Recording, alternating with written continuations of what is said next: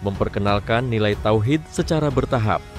Dalam pandangan ulama, inilah yang membuat Islam dapat bertahan dan menyebar di kawasan itu, sebab dakwah dilakukan dengan kebijaksanaan dan kesabaran. Ulama lain seperti At-Tabari menyebutkan bahwa perang di Bukhara tidak berlangsung sebentar, melainkan melewati serangkaian perlawanan dan perjanjian yang berulang kali. Ada masa di mana penduduk kota menyatakan tunduk, lalu bangkit kembali melawan karena pengaruh para pemimpin lokal yang khawatir kehilangan kekuasaan. Qutaibah tidak mudah menyerah. Ia mengatur pasukannya dengan strategi yang matang, menggunakan disiplin tinggi, serta memperhatikan logistik pasukan. Dalam hal ini, para ilmuwan Muslim memuji kecerdikan dan kesabaran Qutaibah yang menjadi contoh seorang panglima yang tidak hanya gagah di medan perang, tetapi juga teguh dalam prinsip. Selain dimensi militer, para sejarawan Muslim menyoroti dampak ekonomi dari peristiwa tersebut. Bukhara terletak di jalur sutra yang menghubungkan Cina dengan Persia dan Timur Tengah. Dengan bergabungnya Bukhara ke dalam wilayah kekuasaan Islam, perdagangan menjadi lebih aman dan lancar. Barang-barang dari timur seperti sutra, rempah, dan keramik dapat masuk ke dunia Islam dengan lebih mudah, sementara hasil bumi dan keahlian masyarakat Muslim juga dapat sampai ke wilayah timur. Para ulama menilai bahwa inilah salah satu rahmat dari penaklukan, sebab ia membawa keterhubungan ekonomi antar wilayah dan mempercepat proses pertukaran ilmu. Catatan sejarah juga memperlihatkan bahwa setelah peristiwa 709, Bukhara perlahan tumbuh menjadi pusat peradaban Islam di Asia Tengah. Meskipun pada awalnya masyarakatnya masih campuran antara Muslim dan non-Muslim, dalam beberapa generasi kemudian, Bukhara melahirkan banyak ulama besar. Imam terkenal seperti Imam Al-Bukhari yang kemudian menjadi penyusun kitab hadis syahih lahir dari tanah ini, sebagai bukti bahwa penyebaran Islam yang dimulai dengan perjuangan Qutaibah membuahkan hasil yang abadi.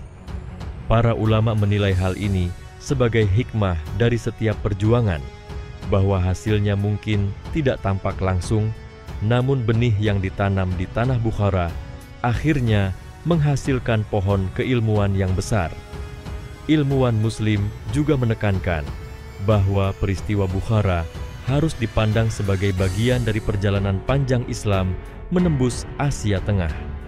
Ia tidak berdiri sendiri, tetapi terhubung dengan ekspedisi ke Samarkand, Khwarazm, dan wilayah sekitarnya. Setiap kota memiliki kisahnya sendiri, namun Bukhara menjadi istimewa karena kedudukannya sebagai pusat budaya dan perdagangan.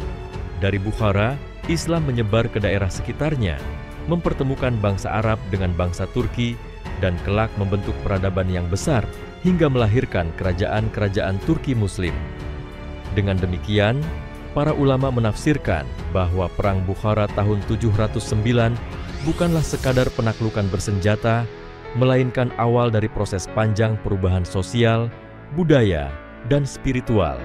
Mereka melihat bahwa meski awalnya ditandai dengan peperangan, namun tujuan akhirnya adalah menegakkan kalimat Allah, menyebarkan keadilan, dan membuka jalan bagi peradaban Islam di kawasan yang luas. Kisah ini mengajarkan bahwa perjuangan umat Islam tidak hanya tercermin dalam kemenangan militer, tetapi juga dalam kesabaran menanamkan ajaran, mendidik generasi, dan membangun peradaban yang bertahan hingga berabad-abad lamanya. Perang Segovia pada tahun 712 Masehi merupakan salah satu peristiwa penting dalam rangkaian penaklukan Islam di semenanjung Iberia yang dikenal sebagai Al-Andalus. Peristiwa ini terjadi tidak lama setelah pasukan kaum muslimin yang dipimpin oleh Tharik bin Ziyad menyeberangi Selat Jabal Tharik dan menghancurkan kekuatan utama bangsa Visigoth di bawah Raja Roderick dalam pertempuran Guadalete pada tahun 711 Masehi. Kemenangan tersebut membuka jalan bagi pasukan Islam untuk menaklukkan berbagai kota penting di semenanjung, baik melalui peperangan langsung maupun melalui perjanjian damai. Dalam konteks inilah, pertempuran di Segovia sering disebut oleh para sejarawan sebagai bagian dari proses konsolidasi kekuasaan Islam di Spanyol Utara yang saat itu masih dikuasai oleh sisa-sisa kekuatan Visigoth. Menurut catatan sejarawan Muslim klasik seperti Ibnu Abd al-Hakam, Ibnu al-Quthiyah, dan al-Maqqari, pasukan Islam pada masa itu terbagi ke dalam beberapa kelompok penyerang yang menyebar untuk menundukkan berbagai wilayah. Tharik bin Ziyad dan Musa bin Nusyair yang datang kemudian mengatur agar setiap jenderal membawa pasukan menuju kota-kota yang strategis. Segovia yang terletak di wilayah Kastilia dianggap penting karena posisinya yang berada di jalur perbukitan dan dekat dengan pusat pengaruh militer Visigoth di daerah utara. Kota ini memiliki benteng kuno dan masyarakat yang masih setia pada bangsawan Visigoth, sehingga perlawanan di wilayah tersebut cukup kuat dibandingkan dengan beberapa kota lain yang menyerah tanpa banyak pertempuran. Para sejarawan Eropa seperti Edward Gibbon, Reinhard Dozy, dan Claudio Sanchez Albornoz menilai bahwa perlawanan di Segovia merupakan upaya terakhir kelompok bangsawan Visigoth di kawasan utara untuk menahan laju pasukan Islam. Setelah kekalahan telak di Guadalete, sebagian bangsawan melarikan diri ke wilayah pegunungan dan mencoba mengorganisasi kembali kekuatan. Namun, lemahnya persatuan internal mereka ditambah dengan adanya konflik politik lama antara para pewaris takhta, membuat perlawanan tidak terkoordinasi dengan baik.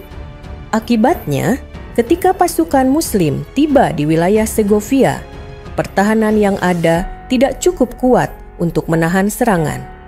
Pertempuran pun berlangsung keras, tetapi pasukan Islam dengan disiplin militernya mampu menembus pertahanan kota. Dalam catatan kronik Latin yang dikenal dengan nama Kronik Mozarabic yang ditulis pada tahun 754 Masehi, disebutkan bahwa setelah jatuhnya Toledo sebagai ibu kota, banyak kota di sekitarnya mengalami nasib yang sama. Meski Segovia tidak disebutkan secara eksplisit dalam kronik ini, sejarawan modern menyimpulkan bahwa penaklukan Segovia terjadi sekitar tahun 712 sebagai bagian dari gelombang penundukan wilayah tengah semenanjung. Fakta bahwa kota-kota besar seperti Merida, Zaragoza, dan Toledo jatuh dalam waktu singkat memperkuat pendapat bahwa Segovia pun tidak mampu bertahan lama. Namun, ada pula pandangan yang menyebut bahwa sebagian wilayah Kastilia baru benar-benar dikuasai secara bertahap dan kadang terjadi pemberontakan kecil setelah penaklukan awal. Konteks sosial pada masa itu sangat mempengaruhi jalannya perang. Bangsa Visigoth yang sebelumnya memerintah semenanjung telah lama menghadapi krisis politik dan sosial. Ketidakpuasan rakyat Hispania asli terhadap pemerintahan Visigoth yang dianggap keras, pajak yang berat, serta ketegangan antara kelompok bangsawan membuat mereka tidak memberikan dukungan penuh terhadap perlawanan. Banyak penduduk kota lebih memilih membuka gerbang dan membuat perjanjian dengan pasukan Muslim dibanding mempertahankan loyalitas kepada penguasa lama. Dalam beberapa kasus, kaum Yahudi yang selama berabad-abad mendapat tekanan dari penguasa Visigoth menyambut kedatangan Muslim dengan harapan mendapatkan kebebasan beragama yang lebih besar. Hal ini turut melemahkan posisi militer Visigoth di berbagai kota, termasuk di kawasan Segovia. Sejarawan modern juga memperhatikan bahwa strategi militer pasukan Muslim pada masa itu tidak semata mengandalkan kekuatan pedang, tetapi juga politik perjanjian. Banyak kota yang ditundukkan melalui kesepakatan di mana para penduduk dijamin keselamatan jiwa dan harta mereka dengan syarat membayar pajak tertentu. Di Segovia, meski terjadi bentrokan militer, pada akhirnya tercapai semacam kesepakatan setelah kekalahan pihak Visigoth. Kota tersebut kemudian berada di bawah kendali Islam dan dijadikan bagian dari jaringan administrasi baru yang berkembang di Al-Andalus.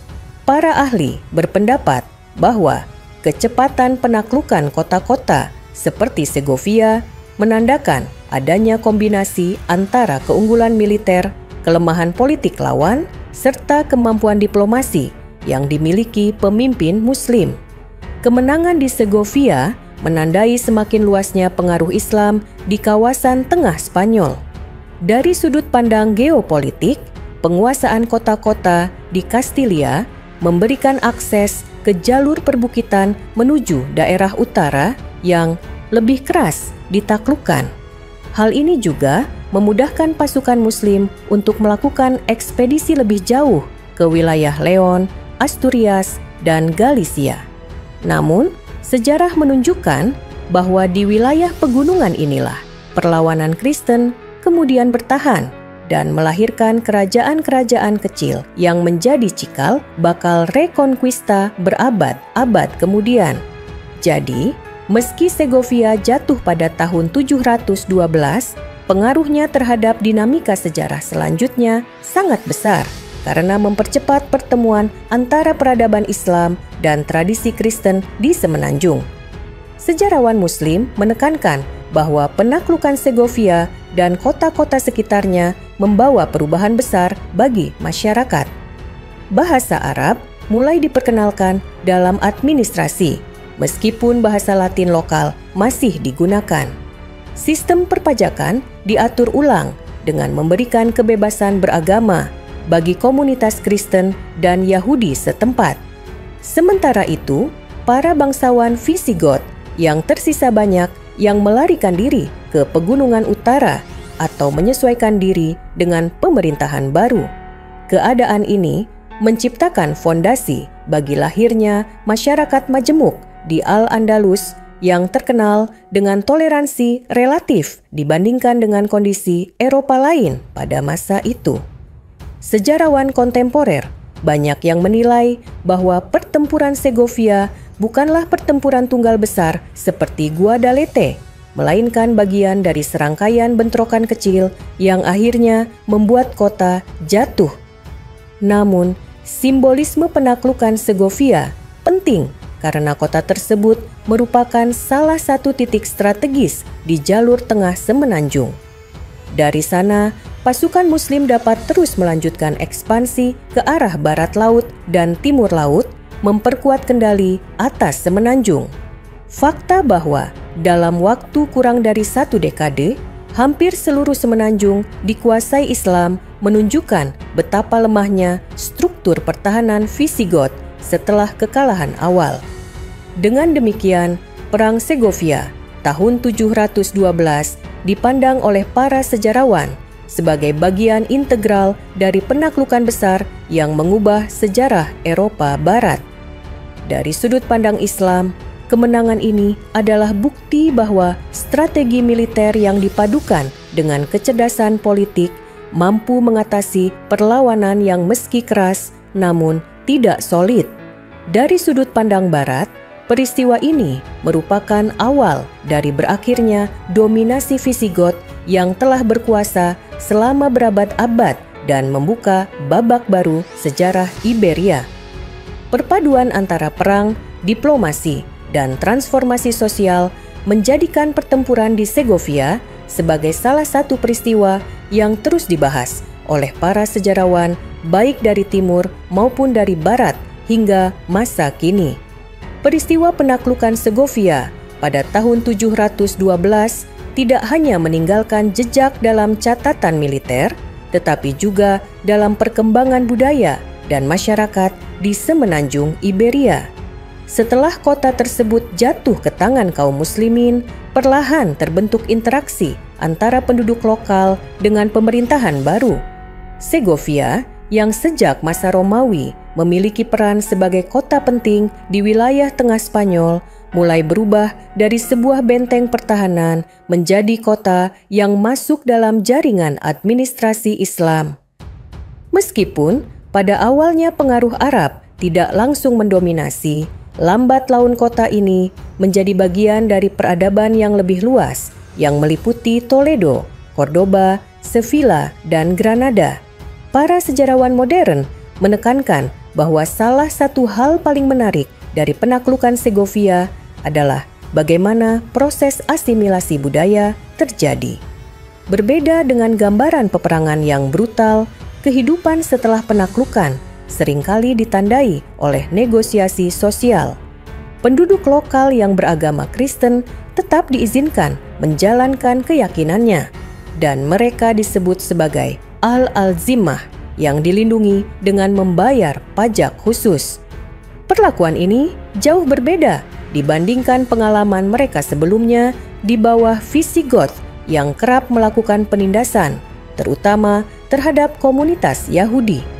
Oleh sebab itu, dalam literatur Yahudi abad pertengahan, kehadiran Islam di Semenanjung dipandang sebagai peluang untuk memperoleh kebebasan yang lebih besar.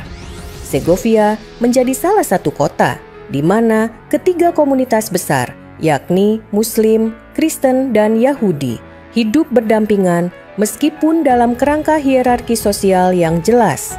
Dalam penelitian arkeologi, ditemukan bahwa struktur Romawi dan Visigoth di Segovia tetap bertahan lama, bahkan setelah penaklukan Islam. Hal ini menunjukkan bahwa pasukan Muslim tidak menghancurkan infrastruktur secara total, melainkan memanfaatkannya untuk kepentingan pemerintahan baru. Jaringan air peninggalan Romawi seperti saluran air raksasa Segovia yang hingga kini masih berdiri, terus digunakan sepanjang masa Islam dan kemudian setelah Reconquista. Fakta ini memperkuat pandangan bahwa penaklukan bukan berarti penghapusan budaya lama, melainkan integrasi yang menghasilkan bentuk peradaban baru yang unik. Sejarawan seperti Richard Fletcher dan Hugh Kennedy berpendapat bahwa penaklukan Segovia harus dipahami dalam kerangka besar ekspansi Islam pada abad ke-8. Menurut mereka, keberhasilan penaklukan tidak hanya karena kelemahan politik Visigoth, tetapi juga karena adanya daya tarik dari sistem pemerintahan Islam yang dianggap lebih adil oleh sebagian penduduk lokal. Mereka mengutip dokumen dan kronik yang menunjukkan bahwa banyak orang Hispania memilih bekerja sama dengan penguasa Muslim daripada melawan. Dengan demikian, peperangan di Segovia bukan semata persoalan kekuatan militer, tetapi juga tentang legitimasi sosial yang dibangun melalui janji perlindungan dan stabilitas. Namun, ada pula sejarawan yang bersikap lebih kritis terhadap catatan sejarah penaklukan Segovia. Beberapa ahli seperti Roger Collins menekankan bahwa sumber Muslim klasik seringkali menuliskan kisah penaklukan secara singkat tanpa rincian, sementara sumber Kristen dari abad pertengahan kadang memuat bias politik dan religius. Hal ini menyebabkan adanya perdebatan mengenai sejauh mana kebenaran cerita tentang perang di Segovia. Ada kemungkinan bahwa bentrokan di kota ini tidak sebesar yang sering dibayangkan, melainkan hanya pertempuran kecil yang kemudian dilebih-lebihkan untuk menggambarkan kemenangan Islam sebagai sesuatu yang terus-menerus dan tak terbendung. Meski demikian, mayoritas sejarawan tetap bersepakat bahwa tahun 712 adalah titik penting di mana Segovia masuk dalam kekuasaan Islam. Dampak jangka panjang dari jatuhnya Segovia terasa hingga berabad-abad kemudian. Kota ini, meskipun tidak sebesar Toledo atau Cordoba, menjadi bagian dari jalur strategis menuju utara.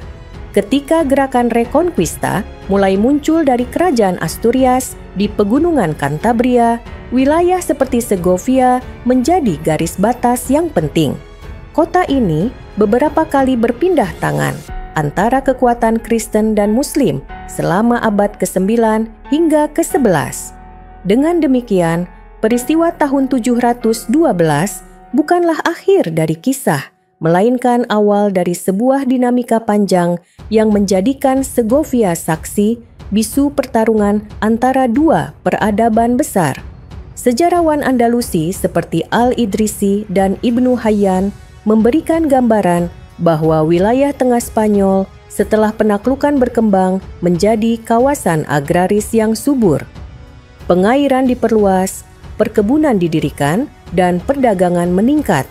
Segovia yang terletak dekat jalur pegunungan memiliki keuntungan geografis karena dapat menghubungkan dataran tinggi dengan dataran subur di selatan.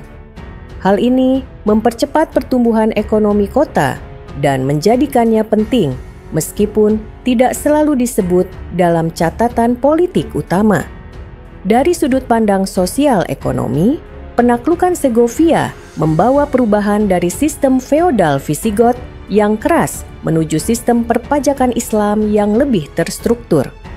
Kritikus sejarah juga menyoroti bahwa meskipun kaum muslim berhasil menaklukkan Segovia, mereka tidak pernah benar-benar menundukkan wilayah pegunungan di sekitarnya secara permanen. Disitulah bibit-bibit perlawanan Kristen terus bertahan. Dari sudut pandang ini, kemenangan di Segovia bersifat sementara dalam skala besar karena pada akhirnya kota itu akan direbut kembali oleh kerajaan Kristen pada abad ke-11. Akan tetapi, periode panjang di bawah pemerintahan Islam meninggalkan warisan dalam bidang arsitektur, bahasa, dan bahkan tradisi kuliner yang masih terasa di wilayah Kastilia hingga masa modern.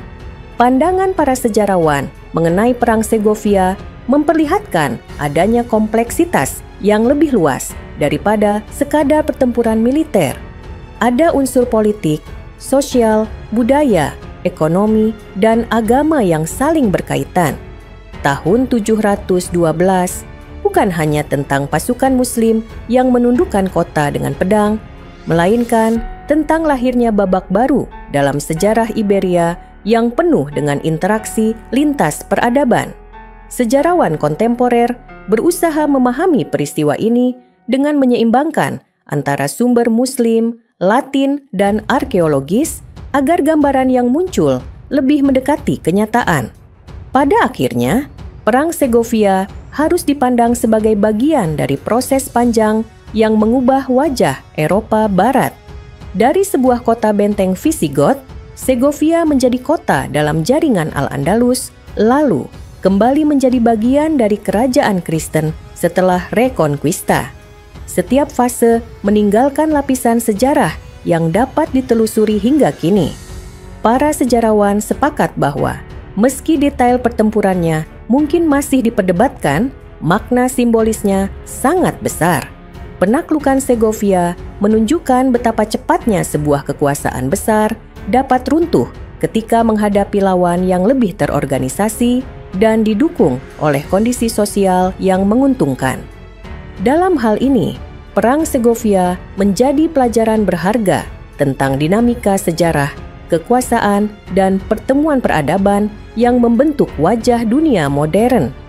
Perang Segovia pada tahun 712 tidak hanya dipandang sebagai peristiwa militer semata, tetapi juga dimaknai sebagai benturan dua pandangan dunia yang berbeda.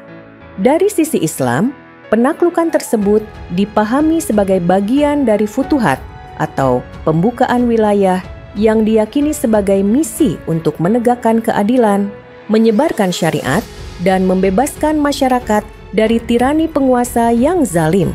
Sementara itu, dalam tradisi Kristen abad pertengahan, jatuhnya kota-kota seperti Segovia dilihat sebagai bencana besar yang menandai runtuhnya tatanan lama dan awal dari masa penderitaan yang kemudian dijadikan alasan teologis untuk membenarkan perjuangan panjang yang dikenal sebagai Reconquista.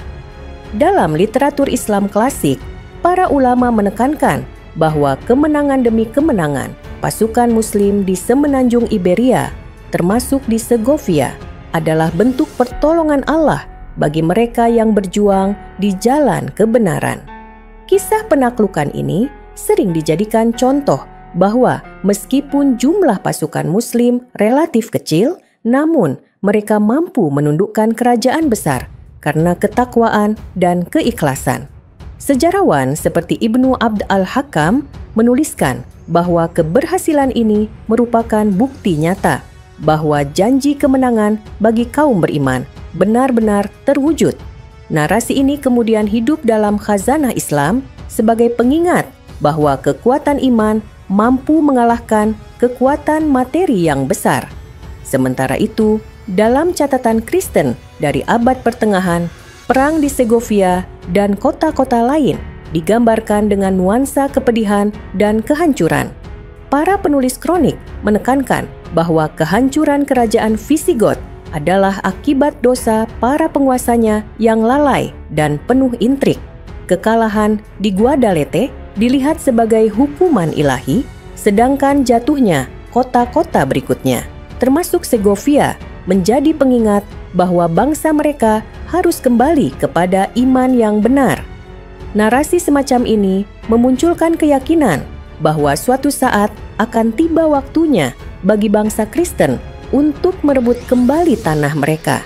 Keyakinan yang menjadi bahan bakar spiritual bagi Reconquista berabad-abad kemudian. Para sejarawan modern menyoroti bagaimana kedua narasi ini memiliki muatan ideologis yang kuat.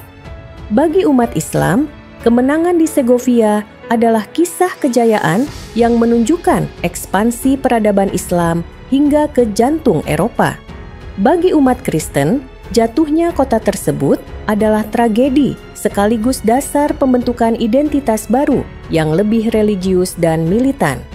Dari sudut pandang historiografi, hal ini menunjukkan bahwa sebuah peristiwa tunggal dapat ditafsirkan sangat berbeda, tergantung pada perspektif agama dan budaya.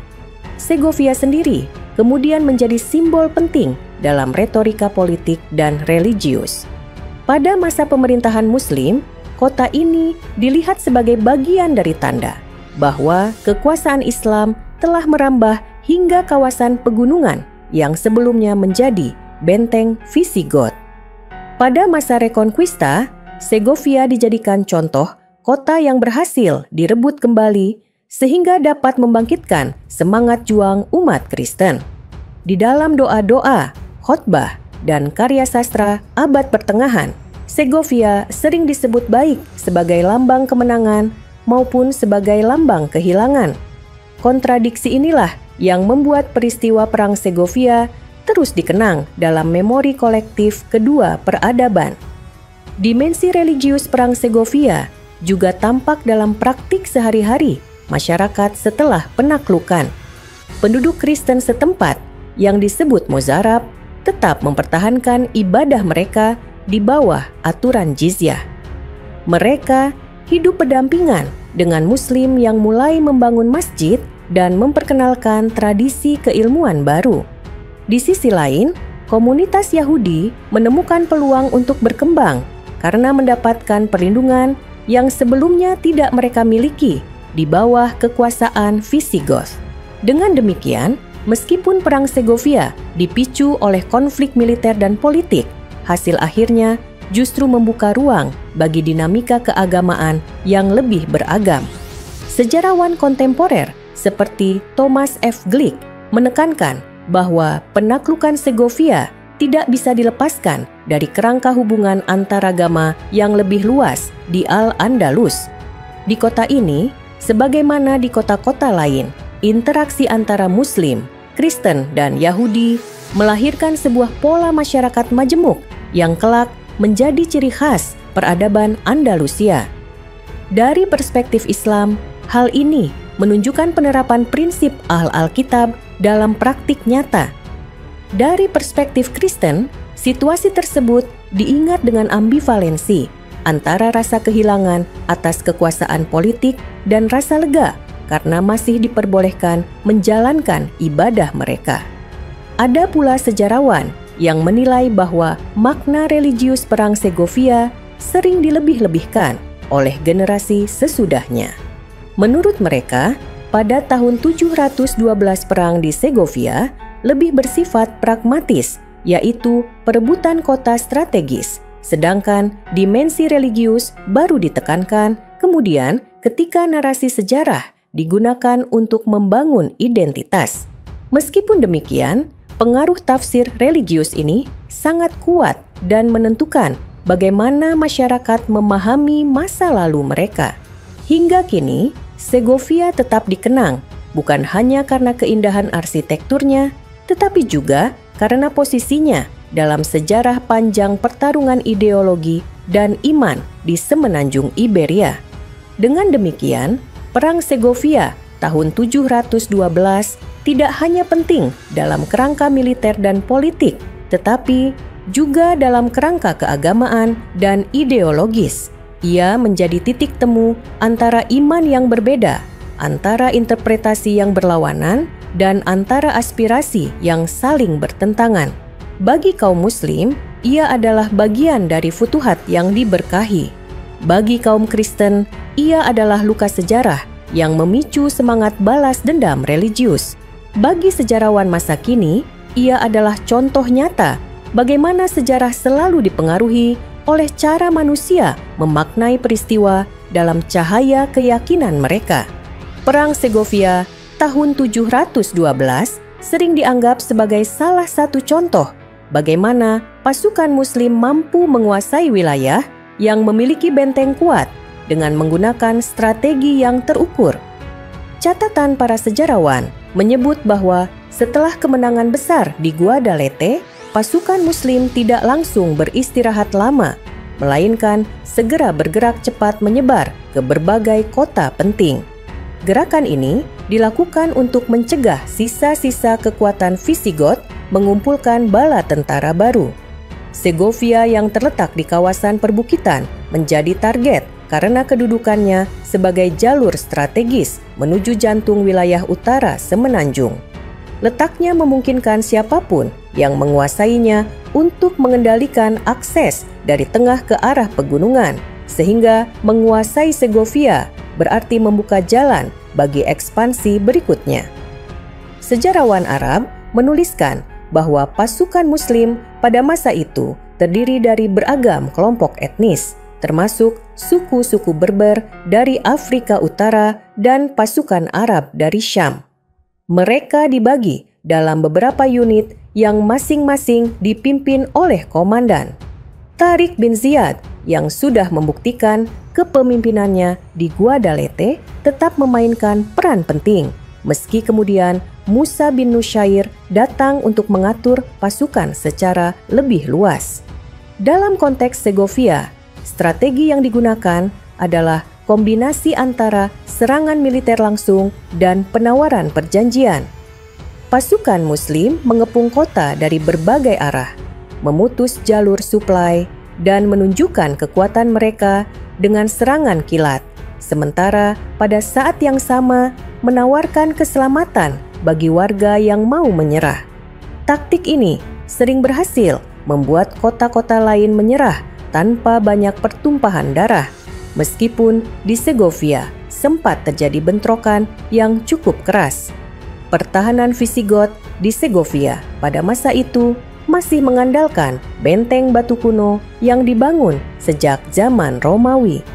Akan tetapi, meskipun dinding kota cukup kokoh, kekuatan manusia yang menjaganya sudah jauh berkurang. Banyak tentara Visigoth yang gugur di Guadalete atau melarikan diri ke daerah pegunungan utara. Selain itu, perpecahan di kalangan bangsawan membuat koordinasi pertahanan tidak berjalan dengan baik. Sejarawan menyebut bahwa salah satu kelemahan utama bangsa Visigoth adalah ketidakmampuan mereka untuk menyatukan kekuatan dalam menghadapi ancaman eksternal. Akibatnya, ketika pasukan Muslim melakukan pengepungan, para penjaga kota tidak mampu bertahan lama. Ada yang mencoba melawan hingga titik akhir, namun ada pula yang memilih membuka pintu kota demi menyelamatkan rakyat dari kehancuran. Dalam analisis strategi militer, kecepatan gerak pasukan Muslim merupakan faktor penting.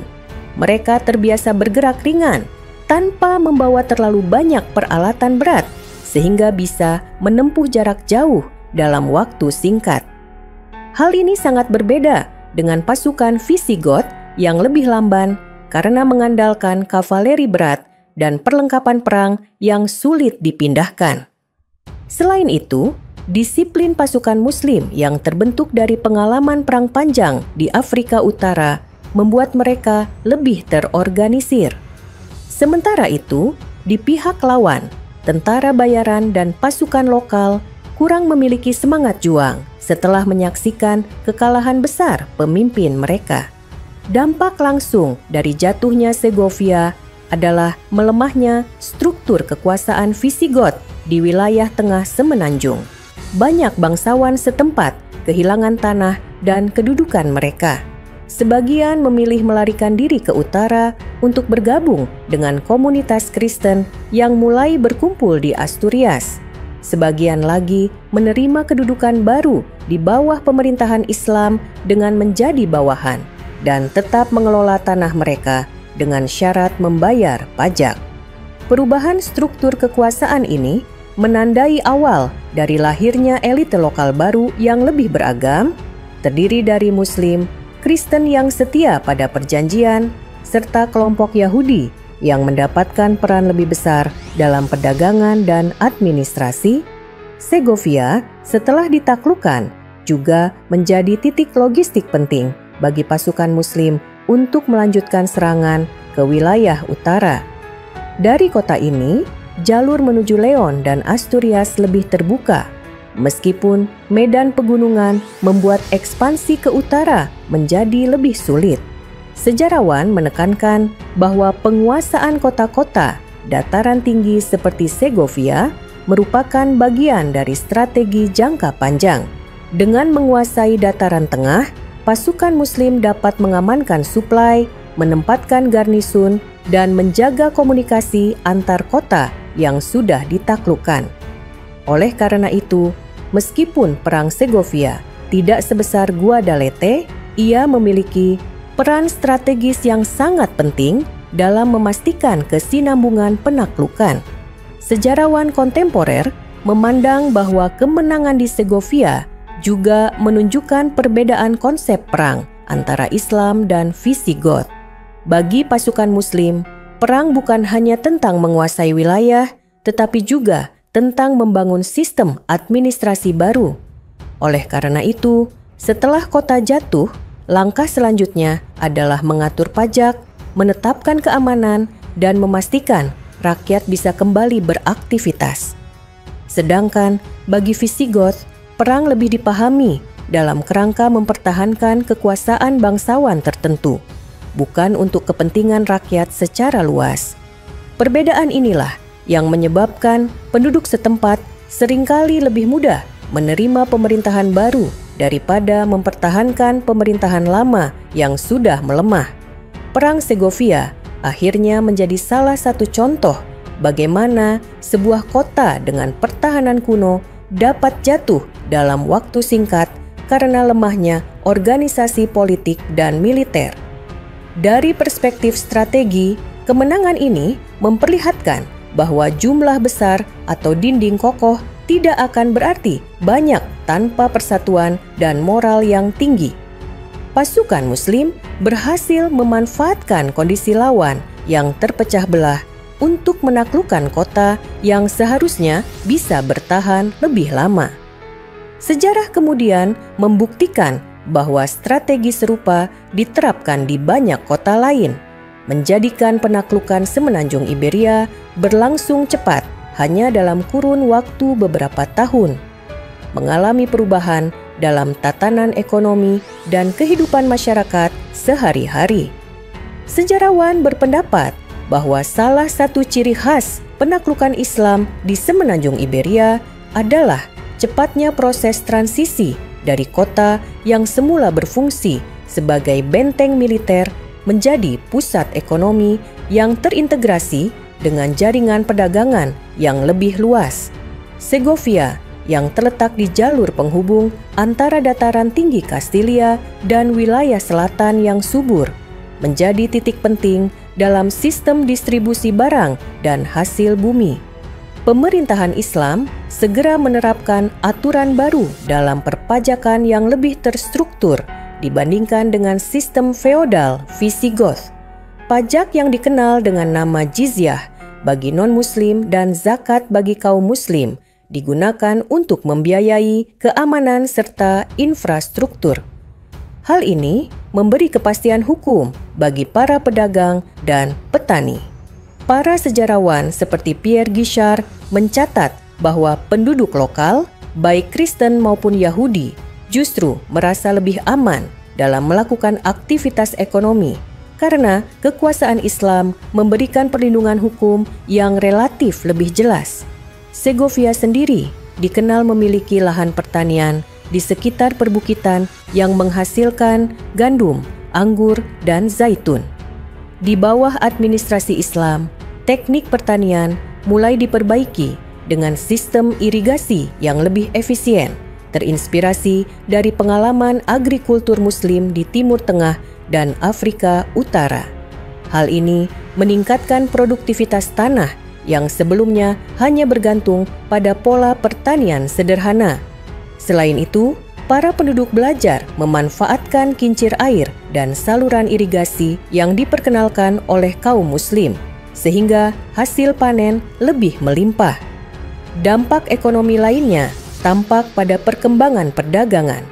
Segovia menjadi jalur penting yang menghubungkan pedagang dari Toledo dan Cordoba dengan daerah utara yang masih berada di luar kekuasaan Islam.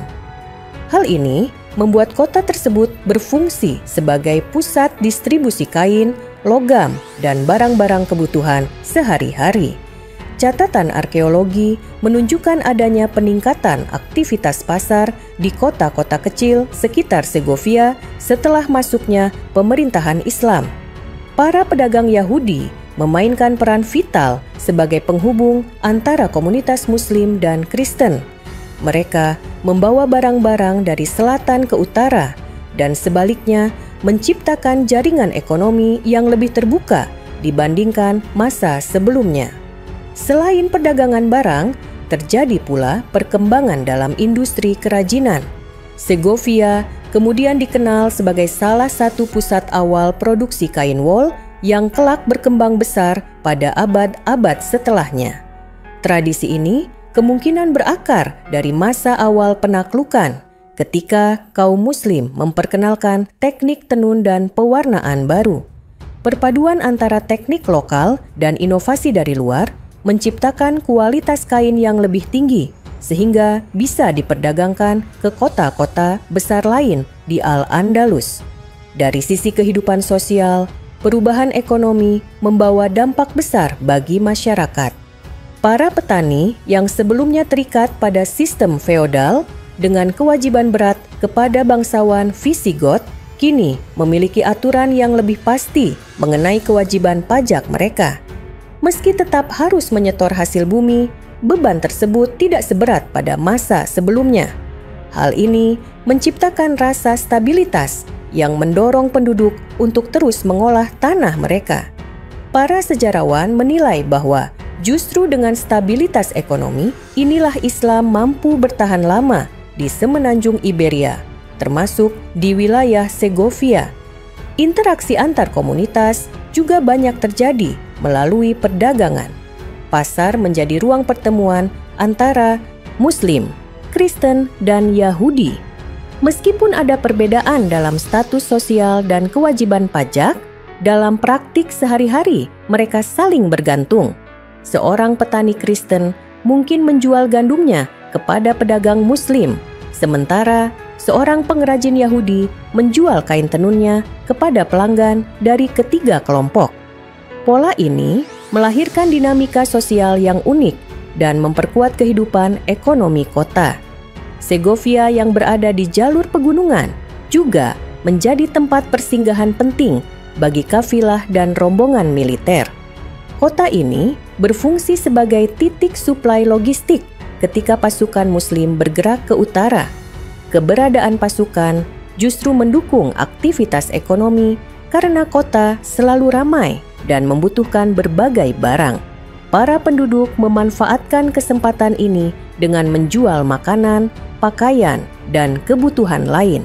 Dengan demikian, meskipun perang menjadi pemicu awal perubahan, hasil akhirnya justru menciptakan kondisi ekonomi yang lebih hidup dibandingkan masa sebelumnya.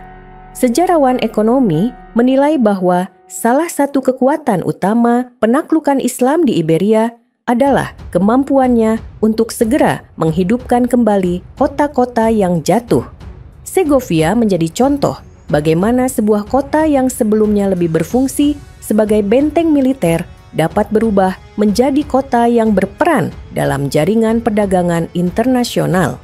Dari sini, barang-barang dari Timur Tengah dan Afrika Utara bisa sampai ke pegunungan Kastilia, sementara hasil bumi lokal dikirimkan ke kota-kota besar di selatan.